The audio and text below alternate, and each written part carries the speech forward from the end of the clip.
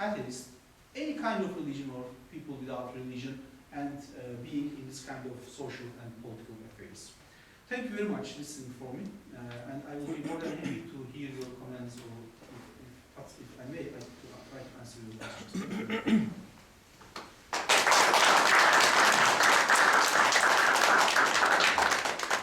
如果有问题，还是要分享意见的话，当然可以问教授。Assalamu alaikum. My name is Mahmoud from Iran.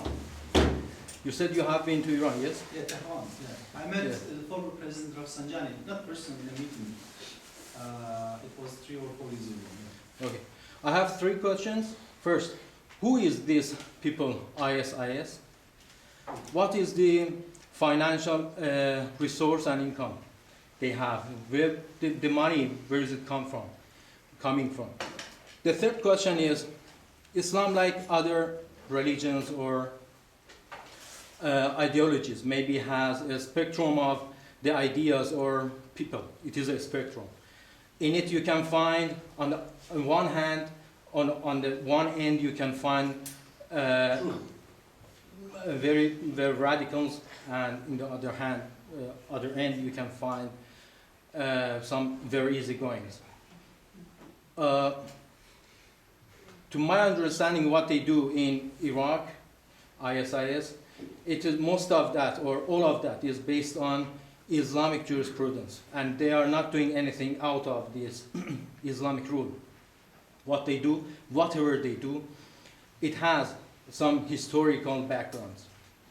So a question is there any problem with Islam? Is there anything we have to revise in Islam, or we have to wash out or clean something not corresponding with today's society? I do not like ISIS, but and they believe Iranians, Shiites as enemies, you know. But to me, they are still Muslims and they are within the Islamic Ummah. So how you explain it? Because maybe I am satisfied with what you have not said yet about Islam is good and they are bad and Islam, something like that. 97% of Turkish people, they believe it. They believe them as terrorists, but still they are Muslims. There are some sympathy, still some sympathy toward that. And about the second question, about the financial resources and incomes, I explained it between parentheses, because in Iran, not in Iran, in Taiwan we hear a lot of things. Saudi Arabia and Qatar are financing them. This is one explanation. The other one is Turkey is buying their very, very off-price oil, you know, so Turkey is actually financing them. And other people even come and say Iran is financing them. So who is, where the money come from? Good questions. First, who is ISIS? 2 points. There are some people, part of ISIS, no doubt, has some dirty connection with some intelligence services, no doubt. Okay. As a scholar, I couldn't be naive that. But on the other hand, if Muslims try to explain ISIS just as simple creation of some intelligence, is not correct. So it's a kind of myriad of reasons. There are many proxy wars in the world. For instance, in the beginning of Syrian crisis, I don't want to give name, but some states in the Middle East from West supported Nusra Front, Jabha Nusra. Okay, Nusra Front. Because the secular free Syrian army failed. When it became unsuccessful against Assad regime, then some countries tried to support Nusra Front, another Islamic organization, radical. They sent guns, they sent money, and they tolerated it for kind of recruiting people from different parts of the world, okay? And Nusra Front, for a while, struggled with Assad regime. But what happened? When ISIS came out and said that I am now independent, I don't care about any other organizations, because most of people in ISIS used to be part of Al-Qaeda and Nusra. When they became independent, many people part of Nusra moved to ISIS, along with their guns, expertise and money they got from West and Western countries. So these kind of things are well known. That is why, to explain them, on the one hand, of course, the Western, the Middle Eastern connection, you are absolutely correct. I should be realistic to accept these connections to explain ISIS, but on the other hand, as you correctly mentioned, it has a genuine, authentic, local dynamics. Some people, okay, for example, they are beheading other guys. But who are the people applauding it? The local people. So it is shame.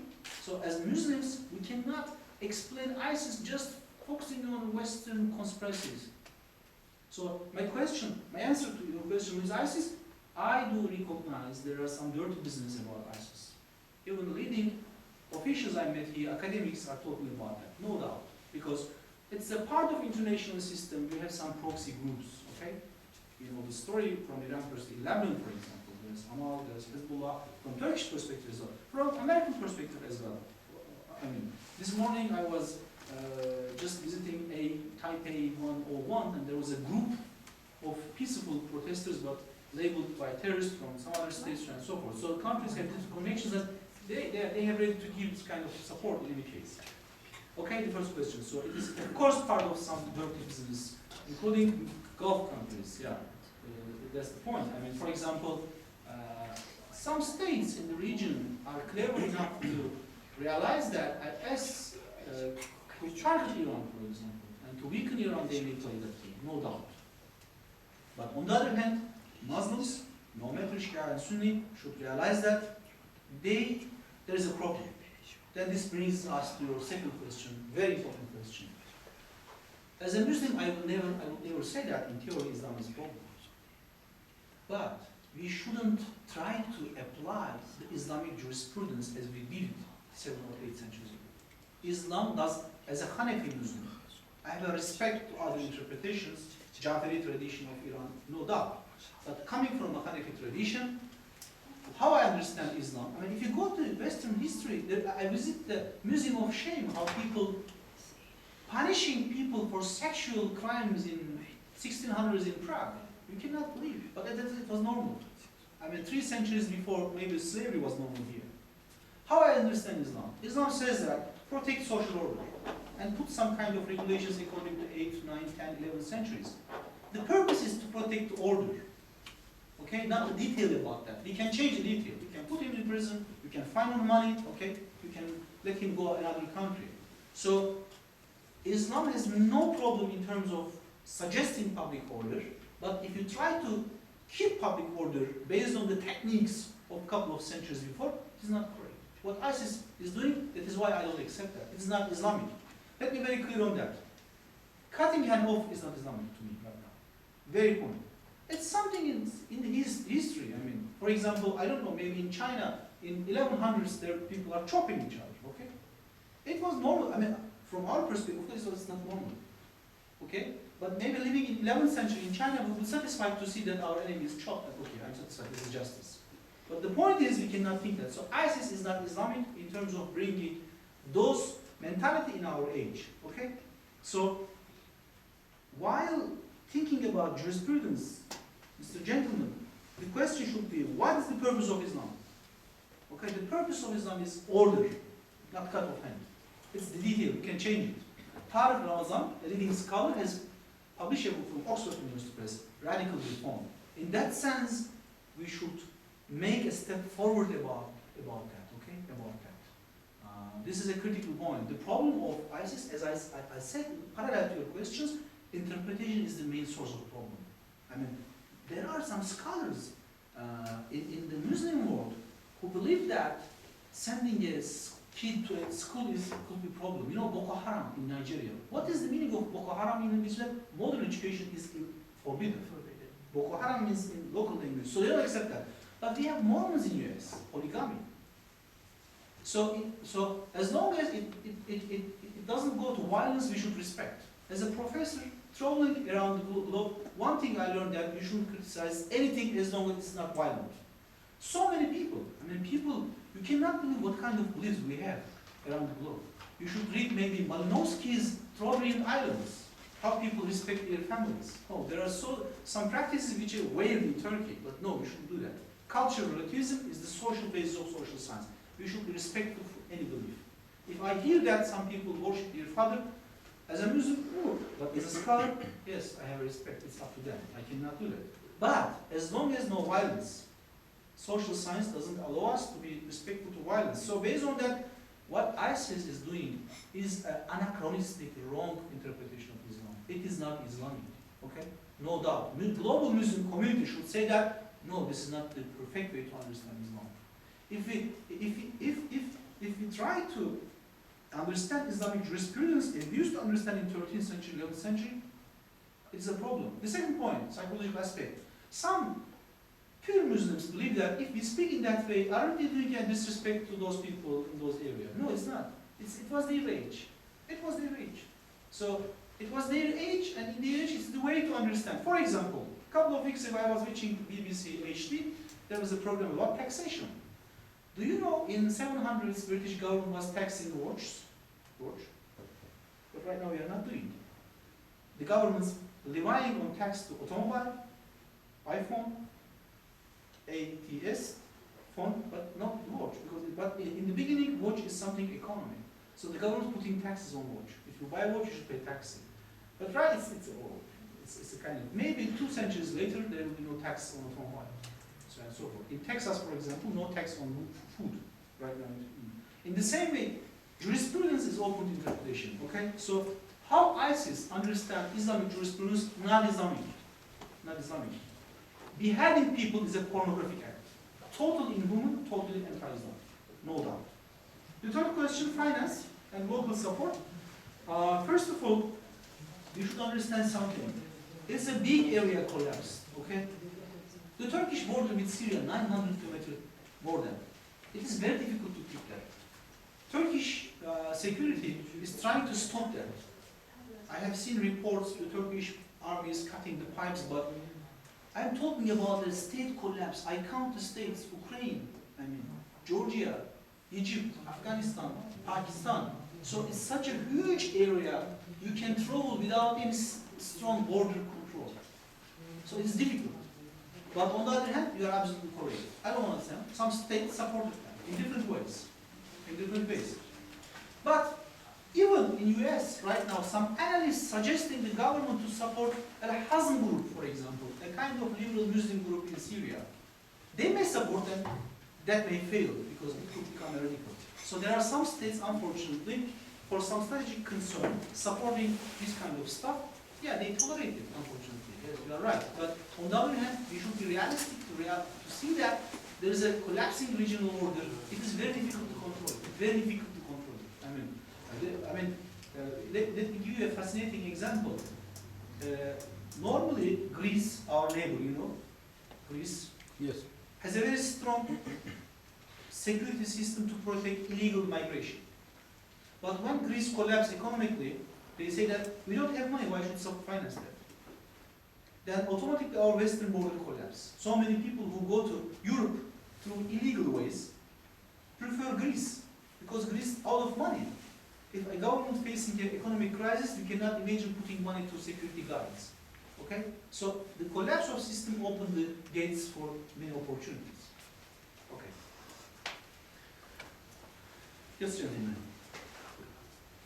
I think that one of the key elements that we have to understand about ISIS is who supported them and why are they doing what they're doing.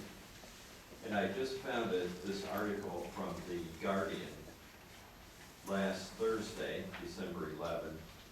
ISIS, this is the lead, and then there's a long article following. ISIS, the inside story. One of the Islamic State's senior commanders reveals exclusive details of the terror group's origins inside an Iraqi prison right under the noses of their American jailers. So, to me, under the noses of the American jailers, that doesn't happen. There had to be collaboration between the U.S. authorities and this group in the very beginning. Otherwise, this organization would never have got off the ground.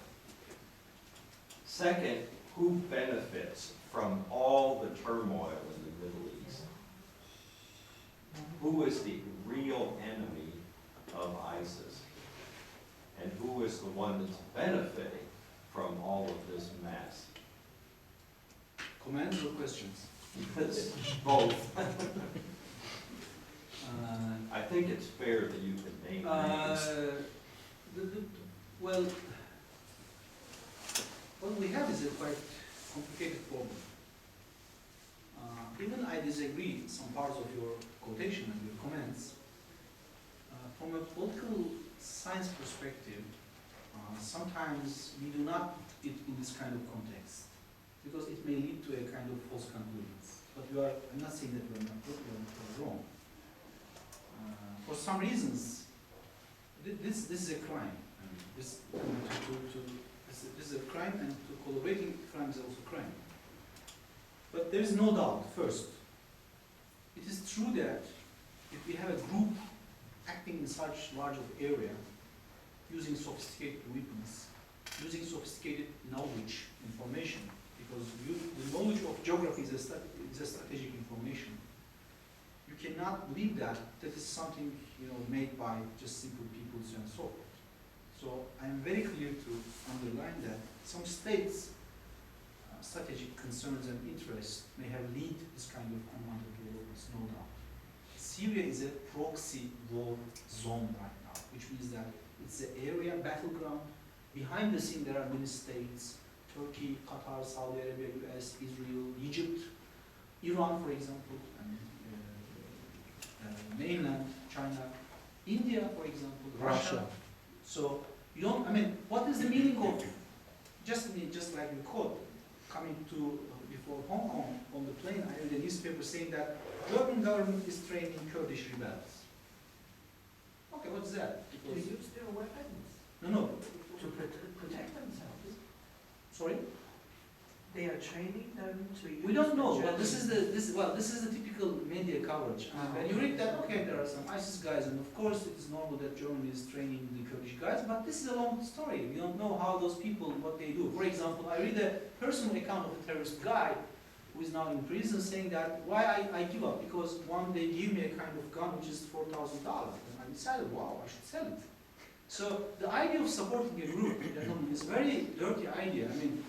Hypothetically, okay, there's a Western country, training Kurds or Arabs or any kind of Iranians, okay, Turks. But you cannot guarantee how it's going to end, okay? This is the problem, this is the point. That is why we have some famous terrorists. If you go back to late 70s and early 80s, you cannot believe how they covered in the Western media. You cannot believe. Some people who are now declared as the enemy of West, so on and so forth. So this is unfortunately true, what you say, and this is a very dirty going on. And states who have the strategic feeling that they should protect them in this way, support groups. The problem is, such a group which came out with the aim of struggling Assad regime, then after a point change and realize itself and say that my priority is not to weaken Assad anymore. My priority is my consolidation. How to consolidate my power. So yes, absolutely. I have never seen a political scientist or expert on Middle East who explain IS-like things out of this informational network. So very, very easy. But on the other hand, as I said, this is not unique happening in this region right now. In the past, in many areas, there were so many this kind of proxy groups. That is why in international relations, what we name it is as the golden age of sub-state actors. Sub-state actors means ISIS, Nusra, this or that, YPG, PYD, so on and so forth. So you are true. You are correct. Any other? Yes, gentlemen.